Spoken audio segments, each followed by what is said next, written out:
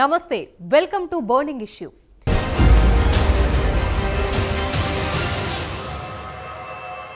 కేసీఆర్, రేవంత్, ఈటల ఒకరేమో సీఎంగా ఉన్న లీడర్, ఇంకో ఇద్దరు సీఎం రేస్లో ఉన్న లీడర్లు.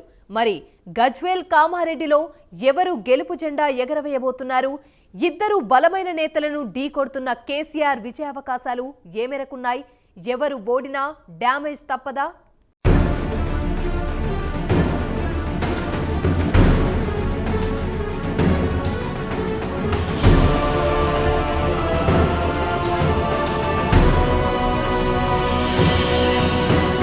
సీఎం రేసులో ఉన్న ఇద్దరు లీడర్లు ఎన్నికల్లో వేరువేరు స్థానాల నుంచి సీఎంను ఢీ కొడుతున్నారు. వీరిలో ఎవరు గెలిచినా ఎవరు ఓడినా అది సంచలనమే అవుతుంది. ముందుగా రేవంత్ రెడ్డి విషయానికొస్తే, రేవంత్ రెడ్డి తెలంగాణ రాజకీయాల్లో పరిచయం అవసరం లేని పేరు.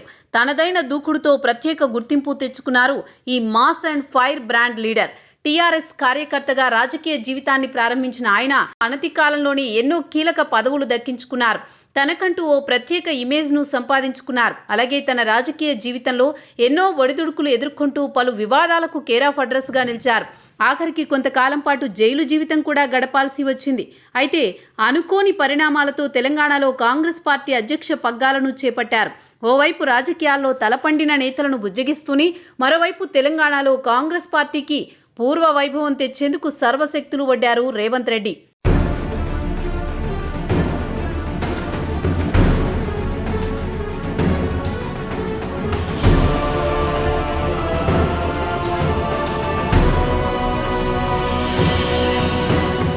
చదువు అనంతరం ఆయన ఏ రంగంలో అడుగుపెట్టినా పట్టిందల్లా బంగారమైనట్లు సక్సెస్ అయ్యేవారు.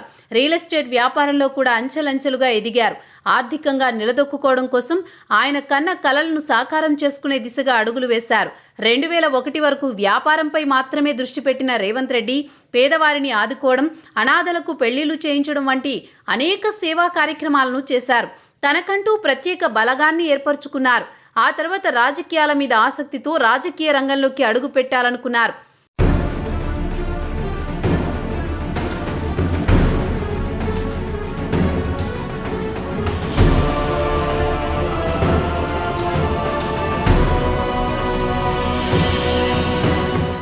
ఈ క్రమంలోనే 2006లో టీఆర్ఎస్ పార్టీలో సభ్యత్వం తీసుకున్న ఆయన పార్టీ అనేక కార్యక్రమాల్లో కీలక భాగస్వామి అయ్యారు.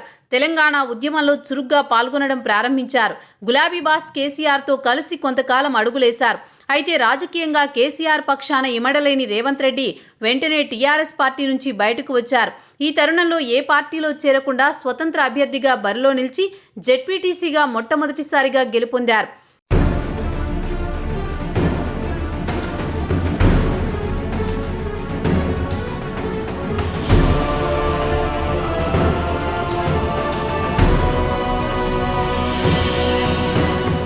అంతేకాదు 2007లో మహబూబ్ నగర్ జిల్లా స్థానిక సంస్థల ఎమ్మెల్సీ ఎన్నికల్లో కూడా స్వతంత్ర అభ్యర్థిగానే గెలిచి తన సత్తా ఏంటో అందరికీ చూపించారు. రేవంత్ రెడ్డి విజయం ఆనాడు తెలంగాణ వ్యాప్తంగా సంచలనంగా మారింది. మొట్టమొదటిసారిగా రేవంత్ పేరు తెలంగాణ వ్యాప్తంగా మారుమ్రోగిపోయింది. ఈ తరుణంలోని తన అభిమాన పార్టీ టీడీపీ వైపు మొగ్గు చూపారు రేవంత్ రెడ్డి. ఎమ్మెల్సీ అభ్యర్థిగా తాను గెలుపొందినటువంటి సర్టిఫికెట్ని తీసుకుని వెళ్లి చంద్రబాబు నాయుడు సమక్షంలో టీడీపీ తీర్థం పుచ్చుకున్నారు.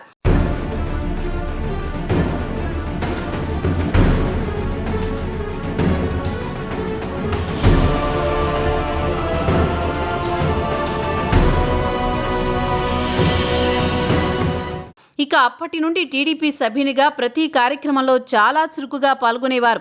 అయితే 2009లో జరిగిన ఎన్నికల్లో రేవంత్ రెడ్డిపై ఉన్న నమ్మకంతో ఆయనకు టీడీపీ అధిష్టానం కొడంగల్ టికెట్ను కేటాయించింది. టీడీపీ అధినేత పెట్టుకున్న నమ్మకాన్ని నిలబెట్టుకుంటూ ఆ ఎన్నికల్లో రేవంత్ రెడ్డి 7,000 ఓట్ల మెజారిటీతో ఎమ్మెల్యేగా గెలుపొందారు. అయితే ఆ ఎన్నికల్లో తెలుగుదేశం పార్టీ ఓటమి పాలు కావడంతో ప్రతిపక్షానికే పరిమితం కావాల్సి వచ్చింది. అయినా సరే రేవంత్ రెడ్డి ఆ విషయాన్ని పట్టించుకోకుండా అసెంబ్లీలో వైఎస్ఆర్కి ధీటుగా తెలుగుదేశం పార్టీ తరపున తన వాణి వినిపించి అధికార పార్టీకి చుక్కలు చూపించారు.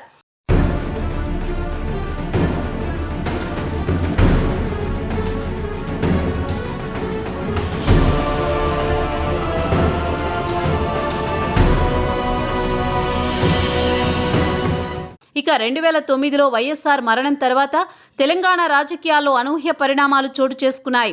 ఈ తరుణంలోనే తెలంగాణ ఉద్యమం మరింత ఊపందుకుంది.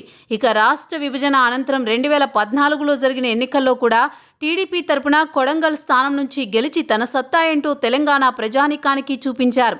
అయితే ఆ తర్వాత జరిగిన అనేక రాజకీయ పరిణామాల నేపథ్యంలో రేవంత్ రెడ్డి కాంగ్రెస్ పార్టీలో చేరారు. అప్పటి అధికార గులాబీ పార్టీని టార్గెట్ చేస్తూ కేసీఆర్కు కొరకరాని కొయ్యగా మారారు.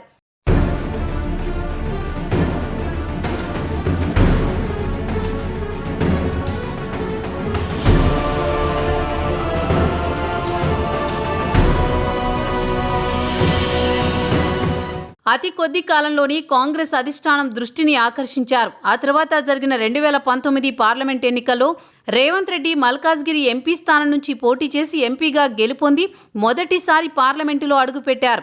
అదే ఆయన రాజకీయ జీవితంలో టర్నింగ్ పాయింట్గా మారిందని చెప్పవచ్చు. ఆ గెలుపుతో రేవంత్ రెడ్డి సత్తా ఏంటో కాంగ్రెస్ పార్టీ అధిష్టానానికి, తెలంగాణ ప్రజలకు తెలిసి వచ్చింది.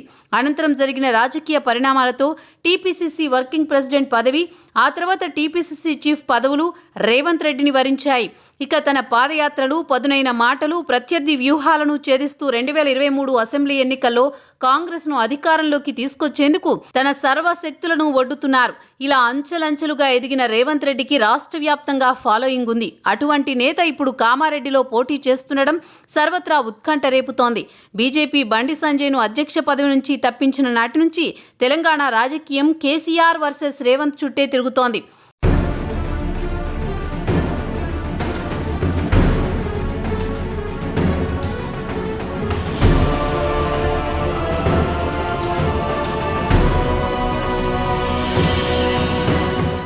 ఇక కేసీఆర్ పై గజ్వేల్ నుంచి పోటీ చేస్తున్న ఈటెల రాజేందర్ తెలంగాణ రాజకీయాల్లో కీలక నాయకుడు. రాష్ట్ర విభజన అనంతరం తెలంగాణకి మొట్టమొదటి ఆర్థిక మంత్రిగా ఎంపికయ్యారు. టీఆర్ఎస్కి చెందిన నాయకుడిగా ఆయన హుజురాబాద్ నియోజకవర్గం నుండి గెలిచారు. టీఆర్ఎస్ అధినేత కేసీఆర్కు ఆప్తమిత్రునిగా టీఆర్ఎస్ వ్యవస్థాపకుల్లో ఒకరైన ఈటెల 2001లో కేసీఆర్ పార్టీ ప్రారంభించిన నాటి నుంచి ఆయన వెన్నంటే ఉన్నారు.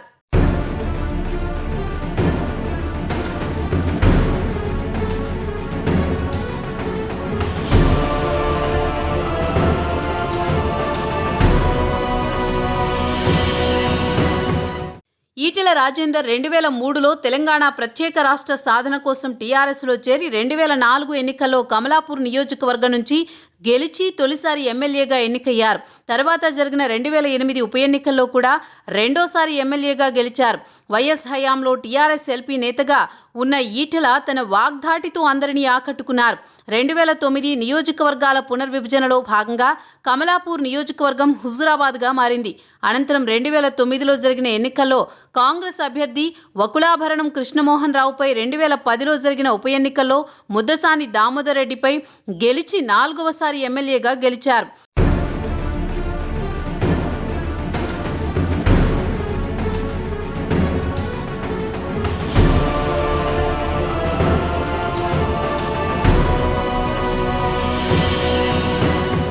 ప్రత్యేక తెలంగాణ ఏర్పడిన తర్వాత 2014 ఎన్నికల్లో కాంగ్రెస్ అభ్యర్థి కేతిరి సుదర్శన్ రెడ్డిపై గెలిచి కేసీఆర్ తొలి మంత్రివర్గంలో ఆర్థిక మంత్రిగా బాధ్యతలు చేపట్టారు. అంతేకాదు 2019లో కేసీఆర్ 2వ మంత్రివర్గంలో కూడా వైద్య ఆరోగ్య శాఖ మంత్రిగా ఉన్నారు. ఇదిలా ఉండగా 2021లో ఈటెల రాజేందర్పై భూకబ్జా ఆరోపణలు వచ్చాయి.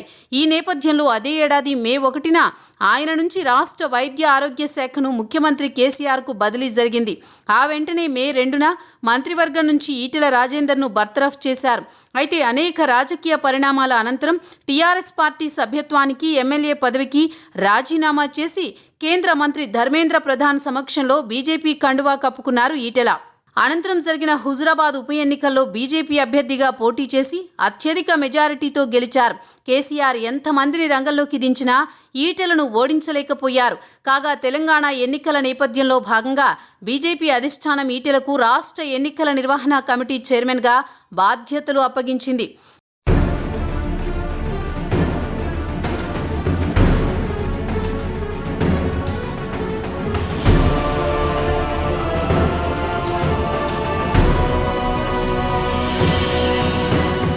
అయితే ఈసారి ఎలాగైనా కేసీఆర్ని ఓడించి అధికారంలోకి వచ్చేందుకు ఓవైపు కాంగ్రెస్, మరోవైపు బీజేపీ ఎత్తుకు పై ఎత్తులు వేస్తున్నాయి.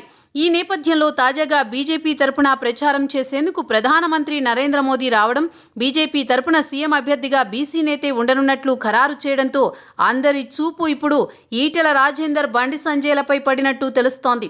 అయితే ప్రస్తుతం ఈటెల రాజేందర్ గజ్వేల్లో, రేవంత్ రెడ్డి కామారెడ్డిలో సీఎం కేసీఆర్తో తలపడుతున్నారు. సుదీర్ఘ అనుభవం, దశాబ్ద కాలం పాటు సీఎంగా ఉన్న కేసీఆర్పై ప్రస్తుతం ఈ ఇద్దరు సీఎం రేసులో ఉన్న అభ్యర్థులు పోటీ వస్తుండటంతో తెలంగాణ రాజకీయం వేడి తారాస్థాయికి చేరిపోయింది.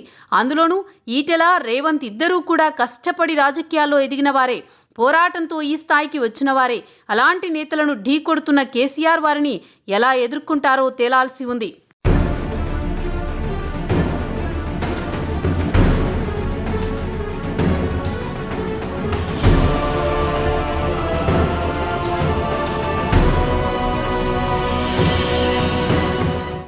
ఈటెల, రేవంత్ ఇద్దరు ఒకప్పుడు టీఆర్ఎస్ పార్టీలో పనిచేసిన వారే. ఈ ఇద్దరిలో కేసీఆర్ ఎవరి చేతిలో ఓడినా అది సంచలనమే అవుతుంది. చూడాలి మరి కామారెడ్డి, గజ్వేల్ ఓటర్ల మద్దతు ఎవరికి దక్కుతుంది అన్నది.